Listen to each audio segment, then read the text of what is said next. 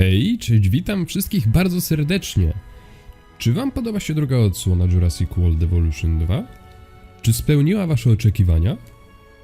Dzisiaj zbierzemy wszystko w całość i zrobimy sobie małą analizę tej gry, bo jednak od premiery minęło już trochę czasu. Koniecznie zasubskrybuj kanał, bo ciebie nic to nie kosztuje, a mnie bardzo motywuje do dalszej pracy i będziesz stale na bieżąco.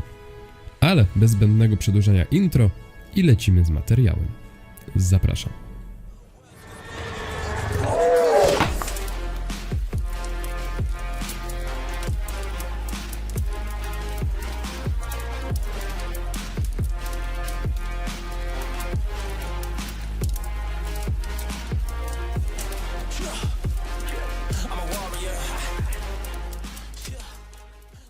Była cała seria z informacjami o Jurassic World Evolution 2.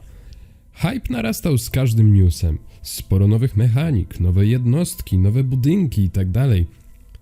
Ale czy to wszystko wyszło tak kolorowo, jak było to opisywane? Sporo czasu zajęło mi robienie researchu. Przeglądałem kilka grup na Facebooku, Reddita, 2 kanały na Discordzie i można bardzo szybko dojść do negatywnych wniosków. Ale zacznijmy po kolei. Kampania. Pierwsze odpalenie kampanii? Wow! Jak gra pięknie wygląda, nowe miejsce, nowa organizacja, no po prostu wow. Druga lokalizacja to samo. Nawet mieliśmy cutscenki z Alozaurem. Natomiast każda następna lokalizacja to w zasadzie było już po prostu to samo. Stwórz funkcjonujący park. Głównym motywem przewodnim kampanii było stworzenie rezerwatów dla dinozaurów żyjących na wolności. Jak sama koncepcja jest naprawdę genialnym pomysłem, tak jej wykonanie pozostawia wiele do życzenia. Mało komu kampania się podobała i w sumie się nie dziwię, bo chyba najbardziej trafnymi słowami będzie zmarnowany potencjał. Tryb teorii chaosu miał być klejnotem koronnym w dwójce. Powrót do przeszłości, Isla Nublar i Isla Sorna, znane postacie. Według tego, co opisywali twórcy, mieliśmy mieć możliwość ingerencji w scenariusz i zmienić bieg wydarzeń, które były w filmach i książkach. Co w rzeczywistości okazało się być tym samym co kampania, czyli zbuduj funkcjonujący park. No, można do tego jeszcze dołożyć misje, które w zasadzie były takimi checkpointami w grze w stylu osiągnij 3 gwiazdki. Czy aby na pewno o to chodziło? Tryb wyzwania jest dokładnie tym samym, co widzieliśmy w jedynce, przy tym, że mamy nowe lokalizacje. Również sprowadza się do stworzenia działającego parku i generalnie tutaj mamy spore pole do popisu.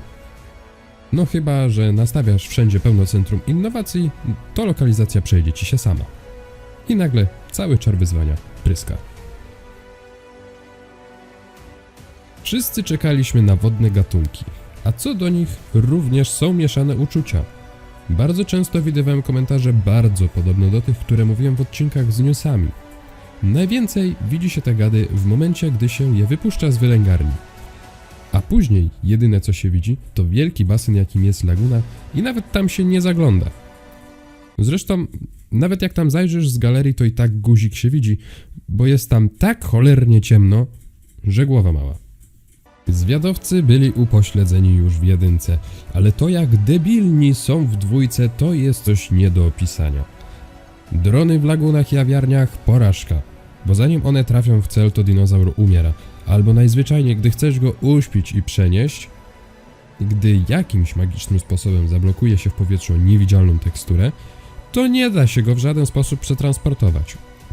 Bo tak. Jednostka weterynaryjna kompletnie jest tutaj zbędna. Wszystko to można było załatwić w jedynce z zwiadowcami i było git, a tutaj najpierw zwiadowca jedzie, żeby zbadać sytuację, dowiaduje się, że jest problem i wraca do bazy, nic z tym kompletnie nie robiąc, bo teraz musi przyjechać przecież weterynarz. Kolejny raz zeskanować dinozaury i dowiedzieć się, co mu jest. A przy okazji dowiadujesz się, że choruje na coś, czego jeszcze nie odkryłeś, więc oni wracają do bazy i nic nie mogą zrobić, dopóki tego nie odkryjesz. Kompletnie bez sensu. Czyli jedziesz w zasadzie 4 razy po to, żeby się dowiedzieć, że nie możesz nic zrobić i dopiero za 5. razem po zbadaniu szczepionki możesz pojechać i uleczyć dinozaura. Super, 5 kursów, żeby załatwić sprawę. W międzyczasie otrzymaliśmy DLC z nowymi gatunkami, które koniec końców okazało się płatne, więc przy każdym poście, gdzie niby będzie pisało free update, to faktycznie dosłownie update jest free, tylko że zawartość jest płatna, zatem takie prawie free. Czy jest coś, co może uratować tę grę? Ano jest, przecież jest Sandbox. Miejsce, gdzie tworzymy park dokładnie taki, jaki byśmy chcieli. Nie ograniczają nas pieniądze czy choroby, pełna swoboda. No prawie. Bo przecież są ci kompletnie nikomu niepotrzebni naukowcy. Nawet w Sandboxie muszą być. Ja się pytam, po co? Dobrze, że przynajmniej można wyłączyć nieudane inkubacje, ale po co tutaj jest cały ten proces syntezy i tworzenia? Wybierasz sobie gatunek i idziesz budować dalej. Wracasz po jakimś czasie po stworzeniu jakiejś tam części parku i okazuje się, że dinozaury nie są jeszcze gotowe, bo przecież zakończyła się tylko synteza. Ale nie było polecenia, żeby je wytwarzać. No i w sumie do sandboxu nie ma po co się siadać, dopóki nie przejdzie się pozostałych trybów, bo i tak prawie nic nie będzie odblokowane, zatem nawet w sandboxie gra daje nam się we znaki i kładzie nam kłody pod nogi. Wiele mechanik z jedynki zostało tutaj przeniesionych i dobrze, ale nowe mechaniki, niektóre nowe sposoby są kompletnie niepotrzebne i zamiast sprawiać frajdę, to jedynie irytują. A właśnie, nie wspomniałem jeszcze o kompletnie nieprzejrzystym menu modyfikowania genów, także no. Moim, ale nie tylko moim zdaniem, gra ratuje się tylko oprawą graficzną i pięknymi widokami. Zatem skłaniałbym się tutaj nawet o stwierdzenie, że jest to remaster pierwszej odsłony niż Jurassic World Evolution 2. Zatem mamy już dwa określenia, które według większości osób będą idealnie opisywać tę grę i niestety nie są one optymistyczne.